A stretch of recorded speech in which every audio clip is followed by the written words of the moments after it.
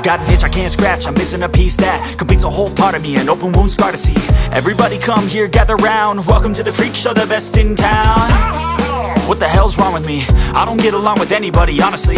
I've been living in my own head constantly, thoughts jumbled around, think I need a new lobotomy. Wait, all these thoughts are too negative. I don't wanna get lost in the sedative. Gotta show them what I got, I'm competitive. You know I'm about to go. Hey guys, welcome back again to Dave's Dimension. Welcome back again for another video. Welcome back again to the channel that is your home for tech, toys, and talk. And of course, the channel where chaos and insanity will always reign supreme. So we're back again. This video is unlike my usuals. So I did not go toy hunting this weekend. What did I do? Well, we had Nickel City Con here in Buffalo, New York. Nickel City Con is it's our version of a Comic-Con. It's a local con where people come from all over. They had just amazing guests this year. But this is my pickup video. Yeah, that's right. I did pickups at Nickel City Con. Now, usually when you go to a con, you're expecting high prices from various vendors. Now, our con, we don't get the massive unveils like you do at San Diego. You know, it's the Buffalo Niagara Convention Center here in Buffalo, New York, downtown Buffalo. But guys, I have stories to tell you guys. I have stories to tell you. First off, a lot of local talent. When I say talent, there is this amazing new comic book called DSR, Deep Space Rescue. Okay, this is actually made by some people local here in Buffalo, New York. I'm going to throw up their QR code. They actually have a Kickstarter, so if you want more information about that, check out the QR code right there. But there's also some more coding information right here. I'm going to have their links in the video description below.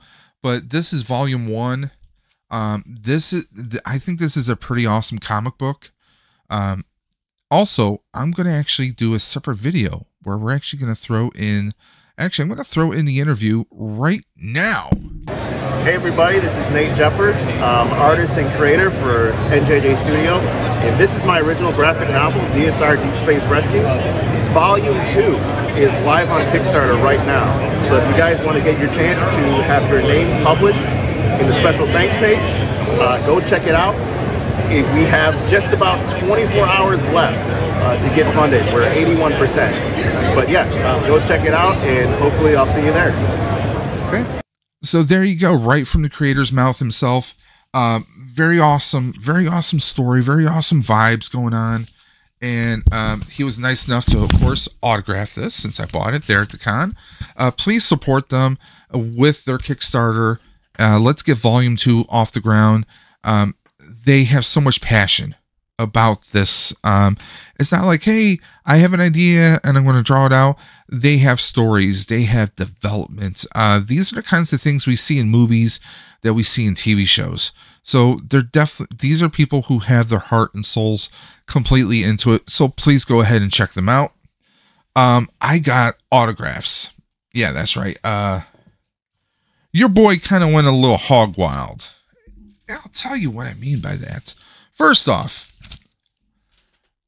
I met Wolverine himself, Cal Dodd.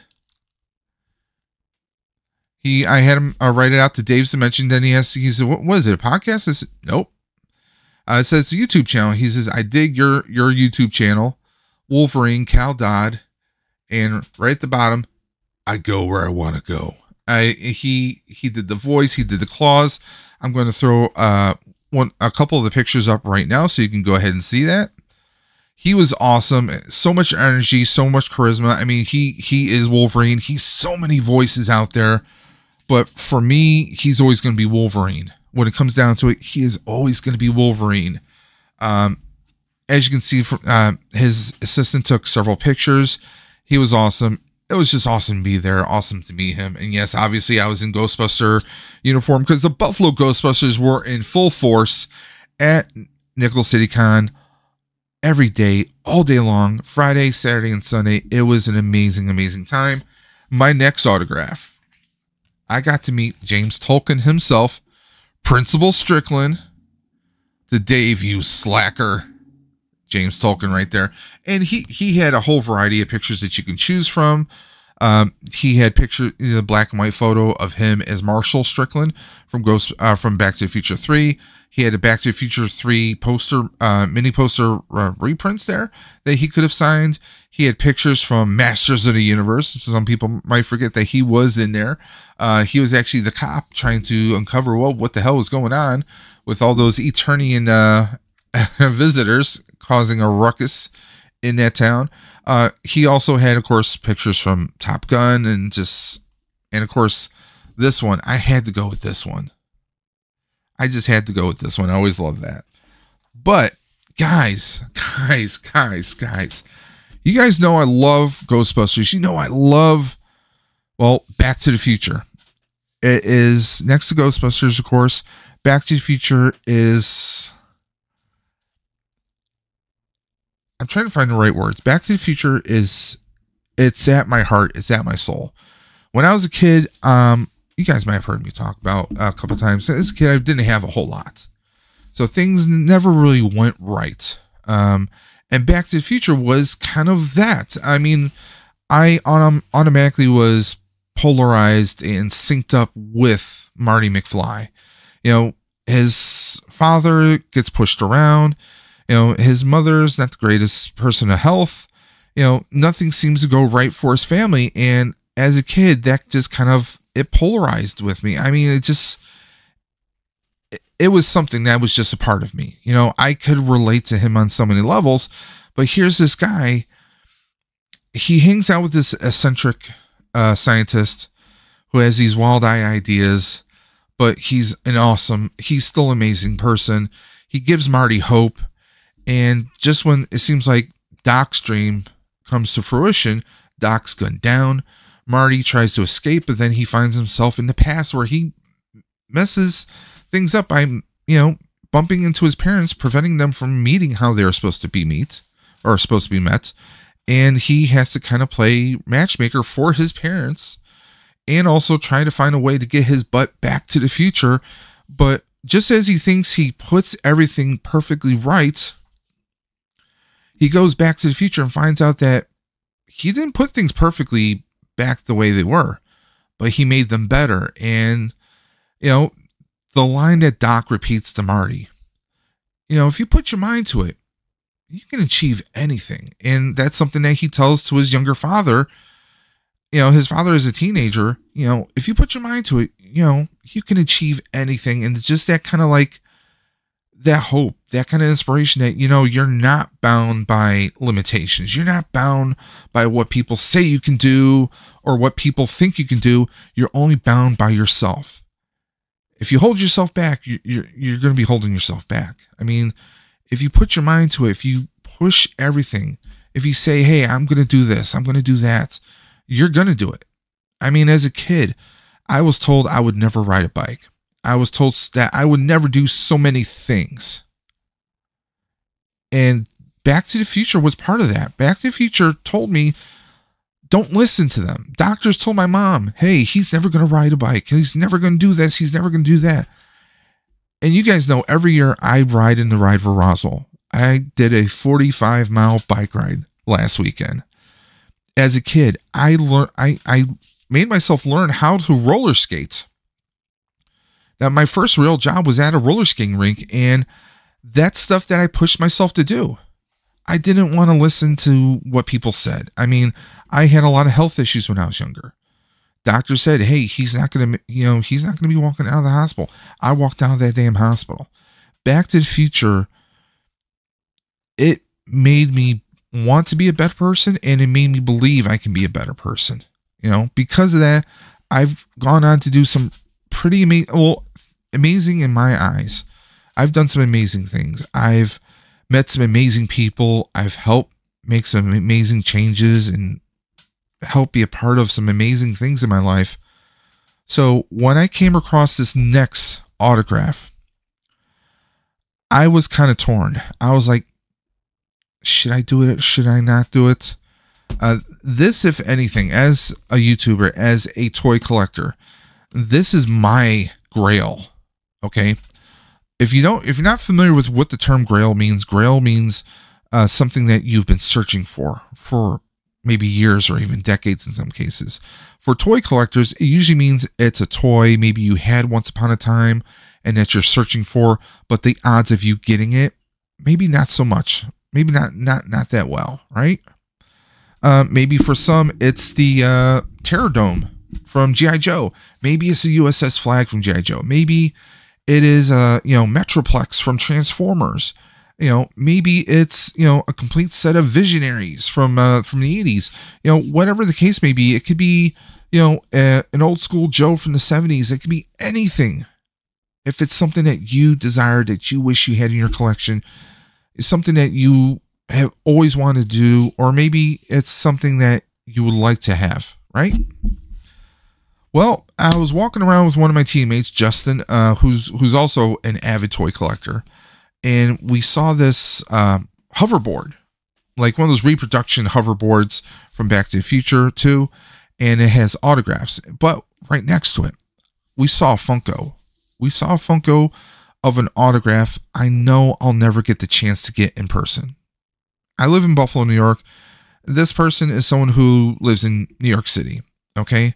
This is an actor who really doesn't do Comic-Cons that often. He does them now and again, but it's because of maybe his health status and also how busy he is that it's not something that I'm likely to get. That's right. We got Marty McFly Puffy Vest signed by Michael J. Fox. So I now have this grail of Michael J. Fox.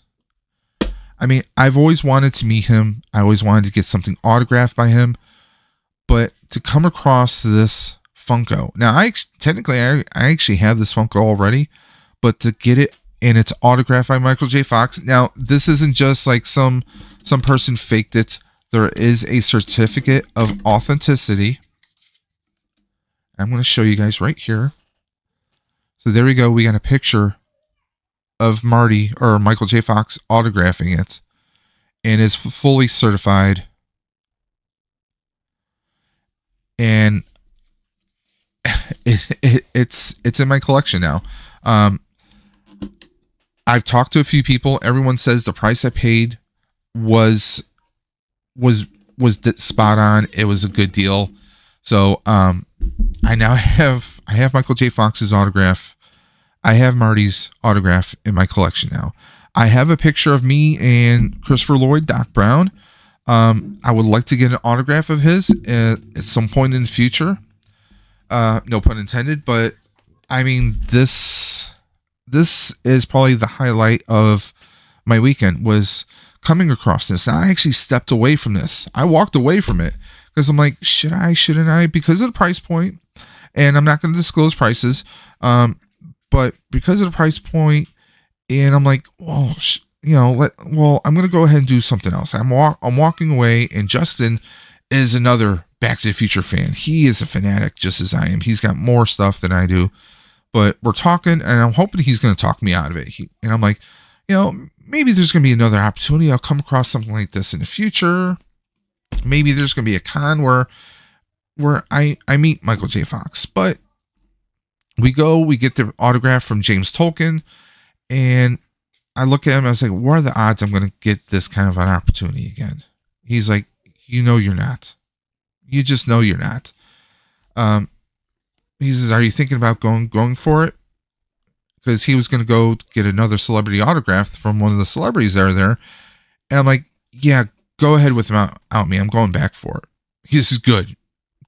I'm glad you're doing that. So I went, I got it, and I've had this in my hands for over 24 hours, and it still doesn't feel real. Because, I mean, every movie Michael J. Fox has done, I'm not just talking about Back to the Future, but Secret of My Success, Bright Lights, Big City, Casualties of War, The Frighteners, for Love or Money, Life of Mikey, or Life with Mikey. I mean, he just all these, Doc Hollywood, Teen Wolf. For the most part, he plays kind of essentially the same person, because that's who he is. Full of hope, full of energy, full of life. Not really letting letting the constraints of reality or of people around you restrict who you are. Seeker of my success, he's a college kid, or he's fresh out of college, trying to get a job in a big city, but nobody's hiring him because he doesn't have any experience.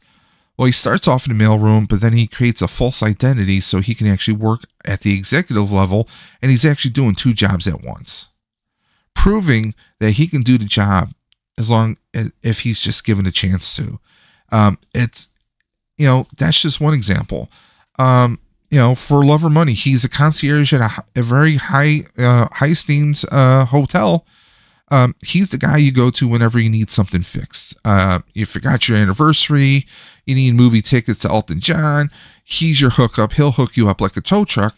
But then he comes across that there's this beautiful woman who, she's just amazing in so many different ways, but she's kind of the mistress for one of the high price guests who also may be a potential investor for him to start his own hotel. So there's a lot of conflict of interest, and he's still the Michael J. Fox we love. He's always the same guy that, he's always going to do the right thing. He's trying to better himself, but then he has his conscience. Doc Hollywood, again, it's kind of the same thing. Frighteners was a little bit different. That was more of a darker comedy, where he's actually using ghosts to be a con man to make some money. But he's not all bad in that film. I mean, he has his circumstances, and he definitely is the hero of the film. But even Spin City, show he did, what was it? I think early 90s. He came back to television, did Spin City for a number of years before Parkinson's kind of restricted his ability to do that. Family Ties, those kinds of programs, that kind of portrayal where he's this guy that is just trying to do right, just trying to enjoy life, have some laughs, and just enjoy life to the fullest. And even after his Parkinson's, he just never let it stop. I mean, what was it? Just the other day, I saw a news story about him at a Coldplay concert actually playing guitar. He was in a wheelchair, but he was playing guitar, and it's great to see that he's not letting life stop him. He's still living life, maybe not as freely as he used to. There's times back in the 80s and 90s where he did a lot of celebrity hockey games. Obviously he can't do that anymore, but he still enjoys life. His wife Tracy is still by his side, and he's got amazing kids that they celebrate him in so many ways that I'm just like, he's awe-inspiring. So for me to get this, that is why I call this a grail. That is why I'm still blown away that I have this, and I love this. This is probably, I dare say it, out of my entire collection, this is probably my favorite piece right now. This is my favorite piece. I mean, it hits me on so many personal levels. This I think is the true definition of a grail. When it's not just something you like to look at, when it's just not something to look cool in your collection, when it hits you on many levels, when it has a personal connection, I think that's a grail. And for me, that's why this is my grail. Since I now have this, what else could be a grail? Those are good questions. Sometimes you don't know what a grail is until you see it. And case in point, I got my Marty Funko. And coincidentally, I already technically had this Funko, so maybe we'll give the regular Funko out as a prize. Let me know in the comment section below if you think you might want me to do that. Also, I came across this very cool vendor who does these 3D prints of Game Boy cartridges. They're not real cartridges, obviously. It's a 3D print, but they turn it into a keychain, right? Little keychain right here. But they recreated the labels from the Game Boy games. And of course, Ghostbusters 2, I had to pick this up. So that was a fun one. They also had some stickers. I actually gave the stickers out to some teammates of mine. But the biggest pickup was a Hot Toy. Now, you guys know, once upon a time, I did have some Hot Toys. I had to sell them to take care of some bills that I really didn't want to have to do, but I needed to. I had a Spidey 2099, which I truly regretted selling, but I needed to for health reasons. It was a requirement. It's not something I wanted to do. I had a Captain America Endgame, which I'm still hoping sometime in the future I may be able to get another one. But who knows what the future holds. But whatever your future holds, make sure it's a good one, guys.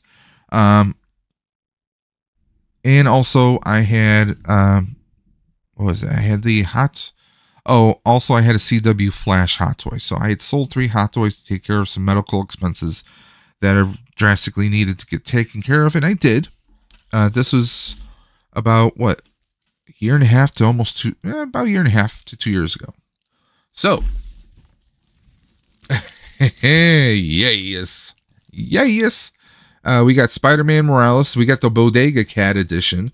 This one vendor was selling it for $275. Actually, later that day, they tried raising the price to $299, but since I had already spoke to them, they honored the $275 price point. So I still got this for $275. Buddy of mine was like, hey, well, maybe on the secondary markets, you can, like, Facebook groups, maybe I could get something a little bit cheaper. I'm like, you know what? I really dig this on so many levels. I dig the concept. I haven't opened this up yet. This is still sealed.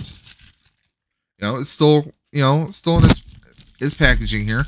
So we're going to open this up on a separate video and dive into this. You guys know I'm a cat person. So, I mean, Spider-Man with a cat, done deal. Miles Morales, the story of Miles, I think, is a great one for the MC, for Marvel Comics. Not just necessarily MCU. I'm waiting to see how they take the approach, or if they do. Who knows? I mean, I think, honestly, if they did kind of like a Tom Holland, if they adapted Spider-Man to the video game and brought that into it, make it so that Miles and Peter are kind of, parallel. But I think that could cause a lot of confusion. So I don't know how that would actually work. But I've wanted this one for a long while, and now I have it.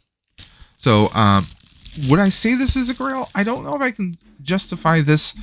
It's not a grail on this level. Okay, it's not a grail on that level, but it's great to have a Spider-Man hot toy in the dimension again. I'm psyched. I'm stoked. I cannot wait to open this up.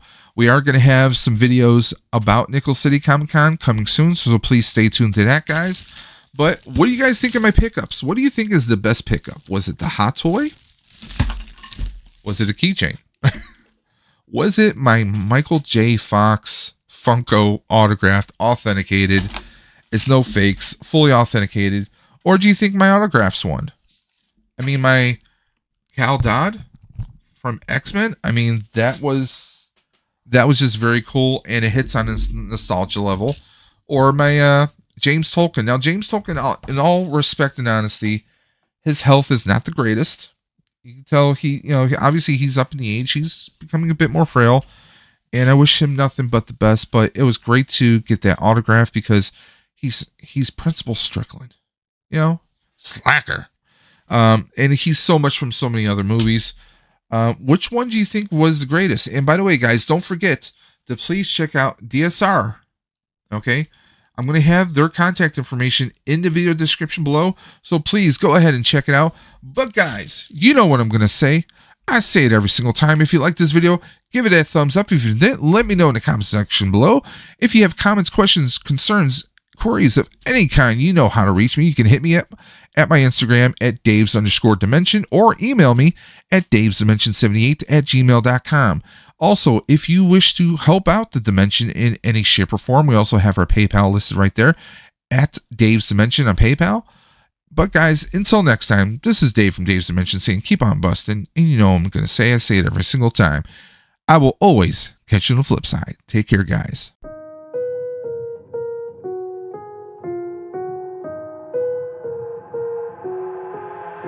I've got an itch I can't scratch, I'm missing a piece that completes a whole part of me, an open wound scar to see.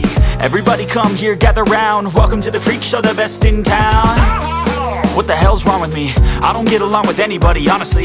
I've been living in my own head constantly. Thoughts jumbled round, think I need a new lobotomy. Wait, all these thoughts are too negative. I don't wanna get lost in the sedative. Gotta show them what I got, I'm competitive.